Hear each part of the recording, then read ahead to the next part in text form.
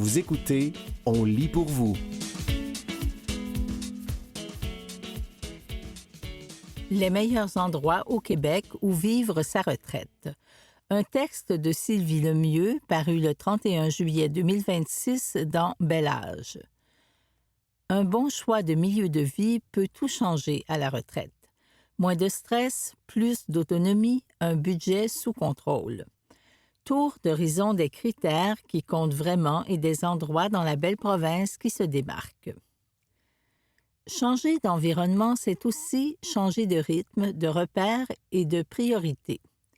Le coût du logement, l'accès aux soins, le transport actif ou collectif, la proximité des services et les possibilités de continuer à mener une vie active influencent directement le confort au quotidien. Autant d'éléments concrets qui orientent ce choix déterminant. Quand Michel Lamarche et son conjoint Jean-Marc ont envisagé la retraite, une idée s'est rapidement imposée. Nous voulions quitter Montréal pour un endroit plus calme où la nature serait accessible au quotidien, raconte-t-elle. Le couple cherchait un lieu où la voiture n'est pas indispensable pour faire l'épicerie ou aller au restaurant. La proximité de leur fille, demeurée dans la métropole, figurait aussi parmi les critères. Ils ont visité plusieurs municipalités en Estrie, exploré les quartiers et tenté d'imaginer leur routine. Leur choix s'est finalement arrêté sur Magog. L'ambiance y est moins stressante, les gens sont accueillants et la municipalité semble soucieuse de consulter la population, dit Michel. Certains compromis demeurent toutefois, notamment pour l'accès aux soins spécialisés qui nécessitent des déplacements à Sherbrooke. Ce témoignage montre bien que le choix d'un lieu de retraite repose sur un équilibre entre préférences personnelles et réalités concrètes. À quoi il faut penser avant de déménager? Voici les principaux facteurs à considérer pour faire son choix et des exemples de villes qui proposent des initiatives intéressantes. Logement. Trouver la bonne formule. À la retraite, les besoins en matière de logement varient beaucoup. Certaines personnes souhaitent demeurer propriétaires, tandis que d'autres privilégient la copropriété ou la location. Entre la maison unifamiliale et le CHSLD, il existe toute une gamme de solutions intermédiaires, rappelle Sébastien Laure, professeur titulaire à l'Université de Montréal et président du Réseau d'études internationales sur l'âge, la citoyenneté et l'intégration socio-économique. Pour Maude Emmanuelle Labesse, conseillère scientifique à l'Institut national de santé publique du Québec, INSPQ, la question ne se limite pas aux finances. L'accessibilité universelle et la proximité des services sont des critères clés, souligne-t-elle. Ces facteurs prennent d'autant plus d'importance avec l'évolution des besoins. C'est important d'avoir une offre locative adaptée à des revenus fixes, recommande la conseillère scientifique. Des initiatives gagnantes. Dans plusieurs régions, comme Charlevoix, l'Estrie, le Bas-Saint-Laurent, des projets de logements abordables sont en développement afin de permettre aux résidents de demeurer dans leur milieu. Certaines municipalités ont mis en place des approches plus structurantes. Par exemple, Victoriaville a adopté un règlement qui permet d'aménager des unités d'habitation accessoires sous forme d'agrandissement de la maison ou de logements indépendants sur le terrain afin que les personnes puissent loger près de leur famille. Financer un déménagement à la retraite. Pour Pascal Larivière, planificateur financier chez IG Gestion privée de patrimoine, un déménagement à la retraite dépasse largement le simple choix d'une propriété. C'est un projet de vie qui a des impacts à long terme sur l'ensemble de la planification financière. C'est pourquoi un accompagnement professionnel est utile. On cherche à comprendre ce que les gens veulent faire concrètement, puis on chiffre les options, explique le planificateur. L'objectif est de vérifier la cohérence entre le projet et les moyens financiers disponibles. Un déménagement peut entraîner une baisse ou une hausse des coûts de logement. Il cite l'exemple d'un ménage qui vend une propriété urbaine à 1 million de dollars pour en acheter une à 750 000 dollars en région, libérant ainsi un capital pouvant être investi. À l'inverse, une résidence située au bord de l'eau ou dans un secteur prisé peut faire grimper la facture à 1,2 million ou 1,5 million de dollars avec des coûts récurrents plus élevés, taxes, entretien, énergie et assurance. La location est aussi une option à considérer. Elle peut réduire les obligations liées à l'entretien et offrir plus de flexibilité, notamment pour les personnes qui souhaitent voyager. Pascal Larivière recommande également de réfléchir au moment de la transition. Contracter une hypothèque à la retraite peut fragiliser l'équilibre financier. À l'inverse, amorcer le projet avant de quitter le marché du travail, comme l'ont fait Michel et Jean-Marc, qui ont profité du télétravail pendant quelques années, permet une adaptation progressive et réduit les risques. Il est enfin essentiel d'intégrer au budget l'évolution possible des dépenses de santé, publiques ou privées, avec l'avancée en âge. Bien-être mental et social pour briser l'isolement. Au Québec, le sentiment de solitude touche une proportion non négligeable des personnes âgées. En 2022, 14 % des gens de 65 ans et plus disaient se sentir souvent ou toujours seuls, tandis que 26 % éprouvaient ce sentiment à l'occasion, selon Statistique Canada. Ce phénomène s'accentue en vieillissant. Les conséquences sont bien documentées.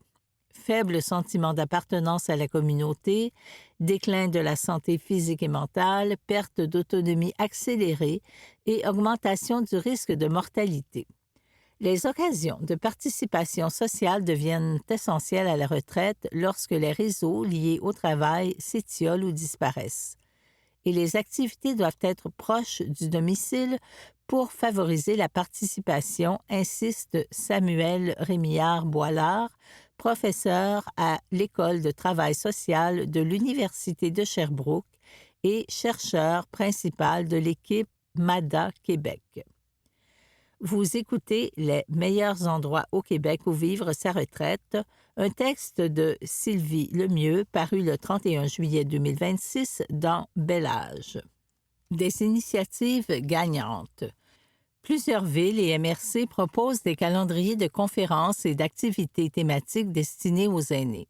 Ces rencontres, souvent offertes de jour, abordent des sujets variés: prévention de la fraude, santé, nutrition, planification financière, deuil ou encore transition à la retraite et constituent des occasions de socialiser. Dans Charlevoix, des intervenants se rendent chez des personnes âgées pour discuter, jouer aux cartes, faire une promenade ou simplement briser la solitude du quotidien. Au-delà du soutien ponctuel, ces visites permettent aussi de mieux orienter les gens vers les ressources disponibles et de recréer progressivement un réseau de soutien. À Bromont, plusieurs initiatives misent sur l'implication citoyenne des personnes âgées pour renforcer les liens sociaux. Sur la place publique, un projet de mosaïque collective a mobilisé plus de 400 citoyens, dont un noyau d'aînés bénévoles ayant participé à la conception et l'animation d'ateliers. Réalisée avec l'accompagnement d'une artiste, l'œuvre a pris forme au fil de centaines d'heures de travail et d'échanges. Au-delà du résultat visuel, le projet a surtout permis de créer un lieu de rencontre et de collaboration contribuant à renforcer le sentiment d'appartenance à la communauté. Vie sociale et culturelle. Pour rester au cœur de l'action. Pièces de théâtre, spectacles, expositions. Les occasions de consommer de la culture ne nourrissent pas que l'esprit. Elles jouent aussi un rôle clé dans le sentiment d'appartenance à son milieu, en plus de contribuer à une meilleure rétention des citoyens âgés dans leur communauté, souligne Isabelle Lisée, directrice générale d'Espace Muni, qui accompagne les municipalités dans la mise en place de politiques pour un milieu de vie sain, actif et solidaire. Une étude de l'Université de Sherbrooke a aussi démontré que la pratique artistique, chant, peinture, théâtre, améliore l'estime de soi et les fonctions cognitives et motrices des participants. Des initiatives gagnantes. À Gatineau, une programmation estivale déployée dans les parcs et espaces publics propose des centaines d'activités gratuites allant des cours de mise en forme douce et de yoga aux ateliers culturels et aux spectacles en plein air. Plusieurs activités sont adaptées aux aînés et offertes à proximité des milieux de vie, ce qui réduit les obstacles à la participation. À Rimouski, des activités comme Creuse Ciboulot, offertes en bibliothèque, combinent jeux de mémoire, discussions et exercices collectifs dans un cadre informel et accessible. Les clubs pour les 50 ans et plus, appuyés par la municipalité, proposent quant à eux une programmation variée, sorties culturelles, activités sportives, rencontres sociales, organisées à l'échelle des quartiers, favorisant la proximité et la régularité des échanges. Nature et plein air, pour les bienfaits physiques et mentaux. Pour de nombreux futurs retraités, l'accès à la nature est déterminant. La marche est l'activité physique la plus pratiquée chez les aînés, rappelle Maude Emmanuel Labesse. La qualité d'un milieu ne se mesure pas seulement à la présence de parcs ou de sentiers, mais à la facilité avec laquelle on peut s'y rendre au quotidien. Il ne suffit pas de construire de belles infrastructures. Il faut qu'elles soient connectées au reste du tissu urbain, que les sentiers soient bien aménagés, souligne la spécialiste. Sébastien Laure insiste sur cette notion de marchabilité souvent sous-estimée. Une ville favorable au vieillissement est celle où il est possible de se déplacer à pied sans obstacle. Trottoirs continus et bien entretenus, traverses sécurisées, mobilier urbain permettant de faire des pauses, commerce accessible à distance raisonnable. Des initiatives gagnantes. Dans Charlevoix, plusieurs groupes de randonnée réunissent des nouveaux arrivants et des résidents de longue date, créant à la fois des occasions de bouger et de tisser des liens. Un programme consacré à la prévention des chutes encourage le maintien des capacités physiques. À Rimouski, des fauteuils roulants adaptés sont offerts en location dans certains parcs pour permettre aux personnes à mobilité réduite de profiter des espaces extérieurs. La Ville prévoit aussi, dès cet été, l'installation de tapis d'accès sur la plage afin de faciliter les déplacements en fauteuil roulant jusqu'au bord de l'eau. À Bromont, des aménagements comme des jardins communautaires avec parcelles surélevées permettent aux aînés de jardiner plus facilement tout en favorisant l'activité physique et les échanges entre résidents. MADA, des milieux pensés pour mieux vieillir. Plus de 1000 municipalités québécoises adhèrent à la démarche Municipalité Amie des aînés, MADA, une approche visant à adapter les milieux de vie aux réalités du vieillissement. L'idée est de regarder la ville avec une lunette aînée, résume Samuel Rémillard-Boilard, professeur à l'Université de Sherbrooke et chercheuse principale de l'équipe MADA Québec. Autrement dit, se demander si les environnements, les services et les activités permettent vraiment aux personnes âgées de rester actives, autonomes et engagées dans leur communauté. La démarche repose sur un principe simple. Partir des besoins exprimés par les personnes âgées elles-mêmes. Les municipalités réalisent d'abord un diagnostic puis mettent en place des actions concrètes, qu'il s'agisse d'améliorer l'accessibilité des lieux publics, de bonifier l'offre d'activités ou de faciliter les déplacements. Les villes les plus heureuses. Le palmarès des villes du bonheur 2025 de la firme Léger donne quelques pistes intéressantes pour orienter un projet de retraite. En tête du classement figurent des municipalités comme Saint-Augustin-de-Desmaures, Mont-Saint-Hilaire et Blainville, qui se démarquent par leur qualité de vie, leur environnement et leurs offres de services. Des villes centres comme Sherbrooke, Trois-Rivières, Lévis et Rimouski combinent accessibilité des services, dynamisme communautaire et proximité avec la nature. Québec se distingue pour son offre culturelle et ses soins de santé, tandis que Magog et Thetford Mines attirent par un coût de la vie plus abordable. Montréal ferme le palmarès malgré ses atouts en matière de services, de soins spécialisés et d'offres culturelles. Une tendance claire. Les villes de taille intermédiaire se hissent au haut du classement, offrant souvent un meilleur équilibre entre tranquillité, services et activités. C'était Les meilleurs endroits au Québec où vivre sa retraite, un texte de Sylvie Lemieux paru le 31 juillet 2026 dans Bel Âge.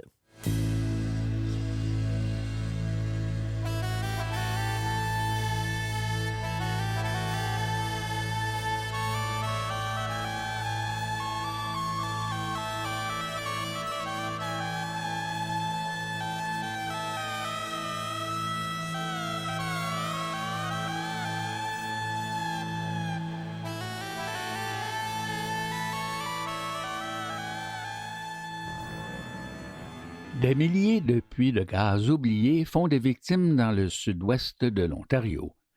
Un texte signé Colin Graff du Canada National Observer. Ce texte est publié dans Le Devoir du 28 juillet 2026.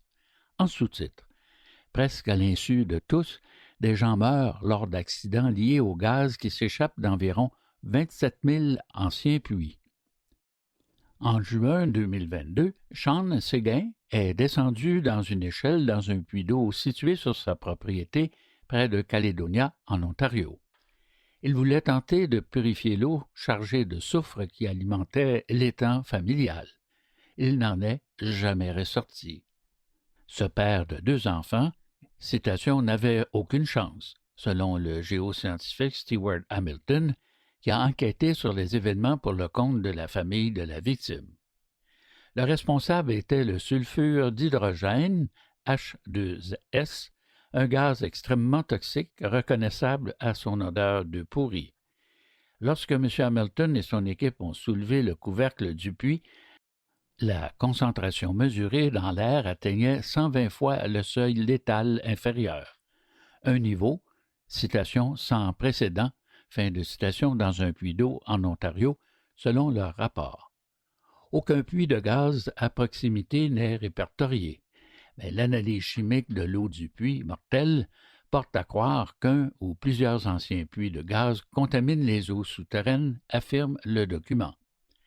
Les risques ont été jugés si élevés qu'après le décès de M. Hamilton et ses collègues ont demandé au ministère ontarien de l'Environnement, de la protection de la nature et des parcs d'avertir immédiatement les résidents et les entrepreneurs travaillant près de Caledonia, entre Hamilton et le lac Erie, des risques extrêmes que présente le H2S pour quiconque utilise de l'eau souterraine dans un espace clos. Citation, à moins que les résidents de la région touchée soient informés de ce risque tout à fait inhabituel, des accidents semblables pourraient se produire à l'avenir, prévenait le rapport. Mais ces mises en garde ne se sont pas rendues jusqu'à tous. En septembre 2025, James Aaron Brown, 15 ans, est mort après avoir été exposé au H2S dans un réservoir d'eau souterrain d'une ferme située près de Park Hill, au nord-ouest de London, en Ontario. Quelques semaines plus tard, le producteur laitier, propriétaire de la ferme où l'accident s'est produit, a été accusé de négligence criminelle ayant causé la mort. Selon la police, l'adolescent travaillait à la ferme. L'affaire est toujours devant les tribunaux. Après avoir préservé leur intimité pendant 4 ans, l'épouse de Sean Séguin, Summer, et sa sœur, Richelle, rompent maintenant le silence dans l'espoir de prévenir d'autres tragédies. Presque à l'insu de tous, des personnes du sud-ouest de l'Ontario perdent la vie dans des explosions et des accidents causés par des gaz toxiques qui s'échappent depuis enfouis depuis longtemps. Sean Séguin, James Aaron Brown et un couple de retraités morts dans l'explosion de leur chalet qui se trouvait près d'un puits qui fuyait compte vraisemblablement parmi les victimes de certains des 27 000 anciens puits de gaz qui parsèment le sous-sol de cette région. Plusieurs de ces puits orphelins remontent à plus d'un siècle. La province fait porter la responsabilité aux particuliers. Peu après la mort de son mari, Summer a reçu des appels d'un plombier et d'un entrepreneur de la région qui s'inquiétaient des risques liés au gaz dans le cadre de leur travail. Tout en composant avec son deuil, elle s'est ainsi retrouvée à craindre également pour la sécurité de ses voisins. Citation: « Je m'inquiétais de plus en plus à l'idée que mes voisins puissent descendre dans leur puits pour y réparer quelque chose. Sean n'était pas le seul à le faire, a-t-elle expliqué en entrevue. » Fin de citation. Même si la réglementation du ministère réserve aux puisassiers titulaires d'un permis le droit de travailler dans les puits d'eau, cela n'empêche pas les habitants des régions rurales d'y descendre pour les inspecter, ajoute Richel. Citation: « Tous ceux qui vivent à la campagne vérifient leurs puits. C'est une pratique très très courante, affirme-t-elle. » À peine un mois après la mort de Sean, le ministère a ordonné à Summer de mettre hors service les puits d'eau de sa propriété. La famille disposait de moins de 4 mois pour engager un entrepreneur et faire effectuer les travaux. Un délai aussi serré était épouvantable à gérer, en plein deuil, fait valoir Richel. Citation: « On entend parler aux nouvelles de la moindre petite chose. Mais bien qu'un événement aussi catastrophique ait touché un entrepreneur de la région, un père, un fils et un mari, on a l'impression que l'histoire a été oubliée ou cachée et que personne n'en a parlé. Je ne voudrais surtout pas que cela arrive à quelqu'un d'autre. » Fin de citation. Et c'est de Mme Schumer. Citation: « Après tout ce qui est arrivé à ma famille, il fallait en plus que je me replonge dans tout ce qui concernait les puits, » raconte Summer. Elle a accepté de faire réaliser les travaux, mais a tenté sans succès de conclure avec le ministère une entente par laquelle, en échange de sa collaboration, le gouvernement se serait engagé à avertir directement les voisins des dangers que présentaient les puits de la région. Citation: « On entend parler aux nouvelles de la moindre petite chose. Mais bien qu'un événement aussi catastrophique ait touché un entrepreneur de la région, un père, un fils et un mari, on a l'impression que l'histoire a été oubliée ou cachée et que personne n'en a parlé, » déplore Summer. « Je ne voudrais surtout pas que cela arrive à quelqu'un d'autre. » Exaspérées, les deux belles-sœurs ont ensuite engagé à leurs frais un consultant en sécurité et lancé une campagne de sensibilisation afin de contraindre les autorités à diffuser l'information. Leurs efforts ont mené à l'ajout de nouvelles mises en garde sur la présence de gaz dans les puits sur le site web du Bureau de la santé publique locale. Plus d'un an après la mort de Sean, le ministère a également transmis aux puisatiers un avis général sur les gaz pouvant s'accumuler dans les puits. Citation: « À la suite d'un incident survenu dans le sud de l'Ontario. » Fin de citation. Et encore aujourd'hui, elles n'ont toutefois vu aucun signe que le ministère des Richesses naturelles ou celui de l'Environnement a communiqué directement avec les résidents de la région. Citation: « Je n'ai vu absolument rien qui indique qu'on a dit aux propriétaires de se munir d'un détecteur de gaz s'ils descendent dans un puits, » affirme Richel. Est-ce que tous ces puits de gaz ont été abandonnés, c'est-à-dire scellés de façon permanente? C'est ce qu'il faut faire, soutient Summer. Ils fuient dans nos puits d'eau. Fin de citation. La tâche est titanesque. La Bibliothèque ontarienne des ressources pétrolières, gazières et salines contient l'emplacement et l'historique de plus de 27 000 puits. Selon un rapport publié en 2022 par la vérificatrice générale de l'Ontario, plus de 9 000 d'entre eux n'ont jamais été obturés ou l'ont été avant 1970 au moyen de matériaux désuets qui se détériorent et laissent échapper du gaz dans le sous-sol. Moins d'un puits sur 5 a été inspecté depuis 2006. La province affirme néanmoins progresser. L'Ontario a obturé 471 puits au coût de 46 millions de dollars, indique un récent communiqué du ministère des Richesses naturelles, pour une moyenne de près de 100 000 dollars par puits. Le ministère consacrera 6 millions de dollars à ce programme en 2026. Si les coûts antérieurs se maintiennent, la province pourra donc obturer environ 61 ou 62 des 9000 puits problématiques recensés par la vérificatrice générale. Cette moyenne peut toutefois être trompeuse, prévient Maurice Dussault, professeur émérite de génie géologique à l'Université de Waterloo. Certains puits s'avèrent extrêmement difficiles à colmater et, citation, absorbent l'argent comme une éponge absorbe l'eau. Fin de citation, explique-t-il au Canada National Observer. Non seulement la province doit-elle accélérer le colmatage des puits, mais le gouvernement doit aussi cesser d'en faire porter la responsabilité aux propriétaires fonciers, soutiennent des critiques de gauche comme de droite. Les propriétaires qui découvrent un ancien puits sur leur terrain peuvent demander une aide financière à la province. Ils demeurent toutefois responsables de son obturation, et ce, sans garantie que leur demande de financement sera acceptée. Cette situation doit changer, estime Bobby Ann Brady, députée provinciale de la région. Citation cette ancienne députée du gouvernement progressiste conservateur qui a rompu avec le parti de Doug Ford, souligne que de nombreuses personnes achètent dans sa circonscription des terrains déjà criblés de puits de gaz. La province, citation, doit faire preuve de leadership dans ce dossier et montrer l'exemple, affirme-t-elle, fin de citation. Sandy Shaw, député néo-démocrate d'une circonscription voisine, partage son avis. Citation. L'ancienne loi s'appliquait lorsque les puits de gaz étaient en activité, ellipse, et qu'ils procuraient des emplois et des profits à la collectivité. Il faut la modifier, parce que des gens se retrouvent pris avec des propriétés et doivent assumer un risque qui n'aurait jamais dû leur incomber. Le gouvernement, lui, est prêt à leur tourner le dos en disant « Désolé, c'est votre responsabilité. Nous en lavons les mains. » Sommer se souvient du jour où son mari est mort.